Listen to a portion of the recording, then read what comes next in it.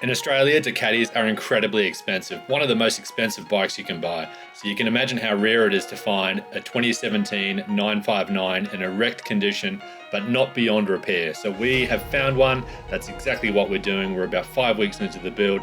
Stay tuned, hit the like, hit the subscribe button if you want to see more of the content.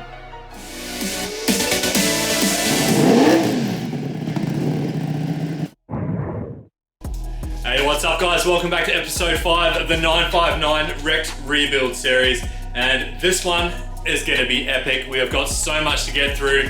Let's get into it.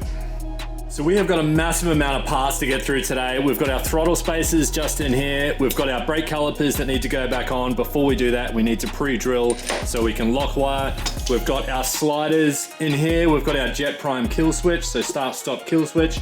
And then probably the biggest job of the day is the wiring loom, because this just won't cut it. So on the previous episode, at the very end, we got the bike running and it sounds insane. Listen to this.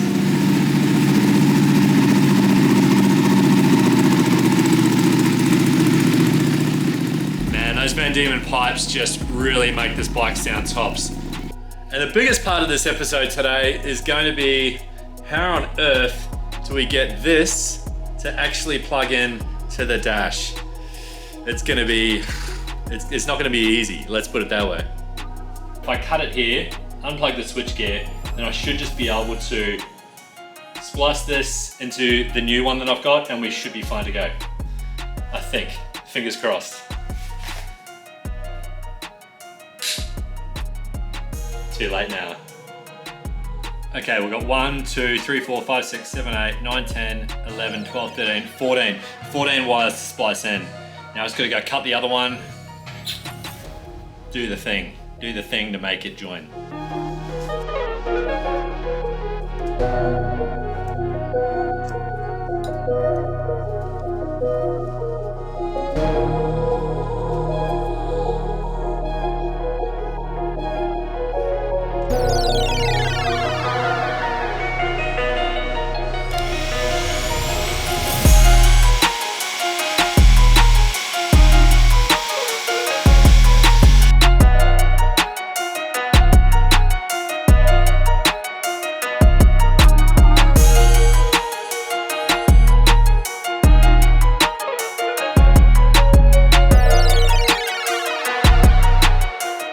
Okay, so here comes the moment of truth and whether or not my wiring skills are actually up to task. Let's try and turn this baby on.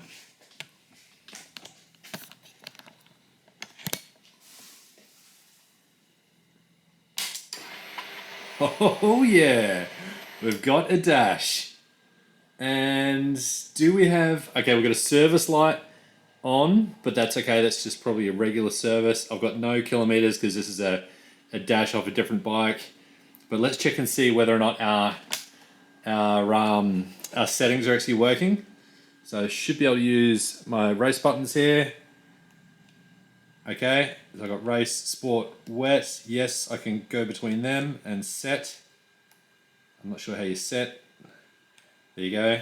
What about EBC? Oh yeah, sweet. Everything is working. Oh, there's lights, not that I need lights. Fuel lights, average consumption, average speed.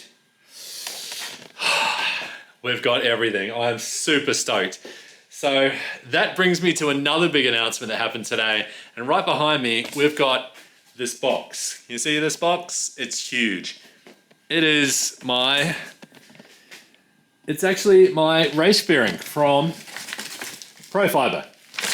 So these guys are in, I think it's Romania, but why don't we actually try and put some of this, actually, you know what, I need to turn that off. Let's do some unboxing. First time I've ever bought a race fairing that's not OEM. So the last V2 that we built, this one here, I actually put the PANIGALE OEM Ducati Performance race fairing on it, even though it's missing like the bottom race catcher, which is weird, but anyway. So we'll unbox this and let's put some on the bike, see how it looks, do a bit of a mock-up. I just wanted to show you something really quick. Here's the side panels. Here's how they looked 5 minutes ago, like gray and almost like plastic rust, just horrible, like sun-drenched. here's how they look now. So all I've gone and done is just some gold cast detail, some black trim detailer, and given a good polish back. So these will look a whole lot better now on the side of the bike. Like, I wasn't going to put them back on, but I think it'll make the bike flow a lot better from the front to the back. And it'll just make the design of the bike look better once we've got all the decals and paint on it. So yes, we're putting them back on. They're nice and black now. So another win, chalk it up.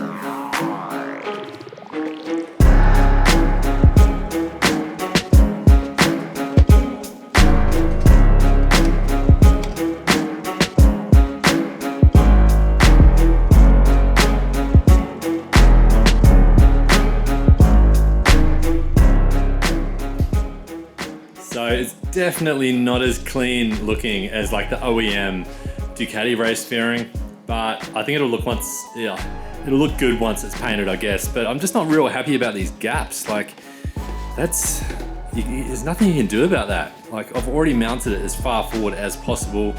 I've even pushed the mounting holes forward more. I mean, yeah, when I'm sitting on the bike you won't notice, but just for photography purposes, I can see those gaps. Oh well. Let's move on to the front.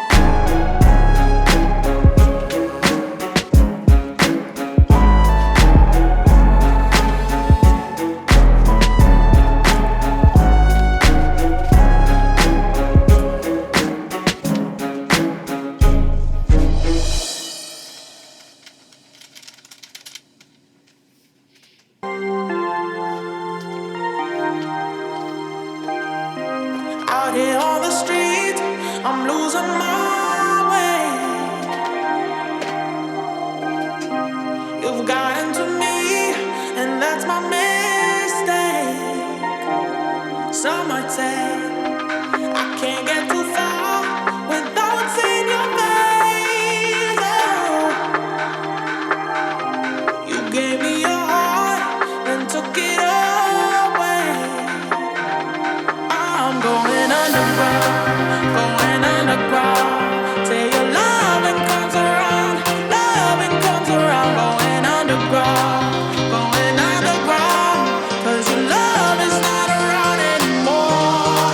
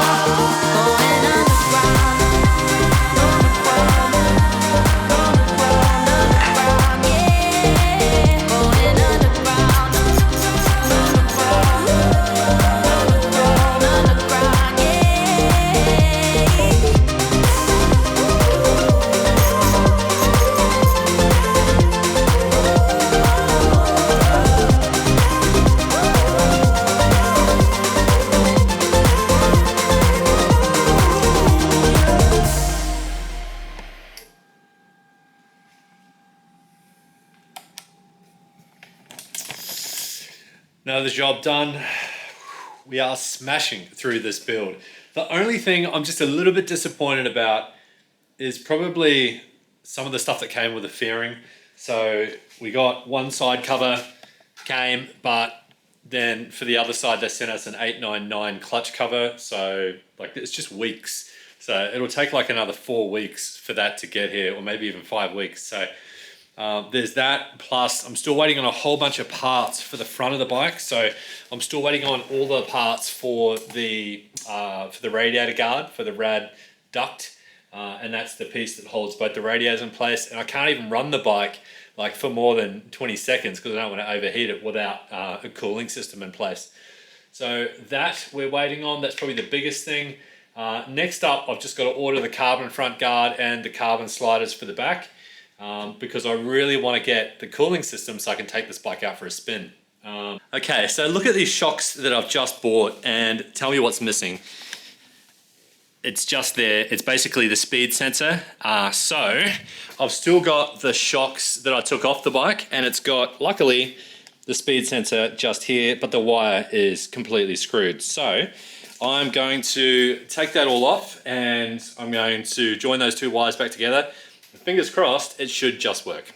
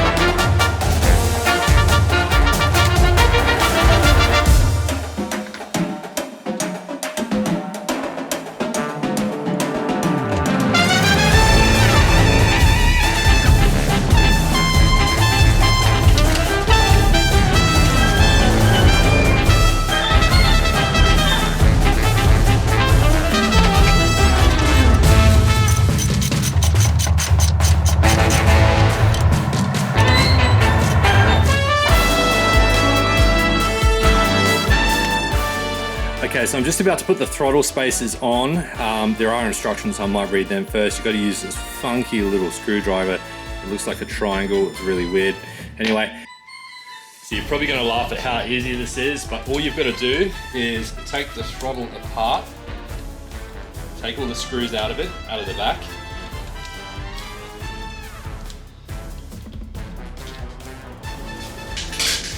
Once you've got your screws out, lift the face off, put the face somewhere secure. Now you want to pull the throttle tube off, and then all you're doing is putting these tiny little spacers over the top of these caps, just like that. There's one there, and we've got the other one around here.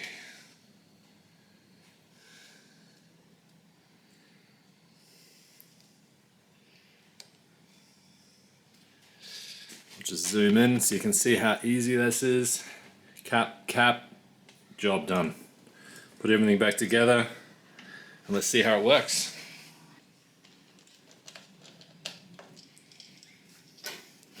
Okay, so now let's look at the play in the throttle. It should, oh, it's gone. Like there is literally no play in the throttle left. That is amazing. Best $20 you've ever spent. Most expensive piece of plastic for $20 you've ever spent is like less than 10 mils. Awesome. So that is going to make a massive difference on the racetrack, especially at low speed throttle like that. That's sort of the 5 to 10% throttle when you need that extra, you need the power and you need it immediately. And you also need consistent power, especially low speed cornering when you're on an angle. So that is going to make a huge difference.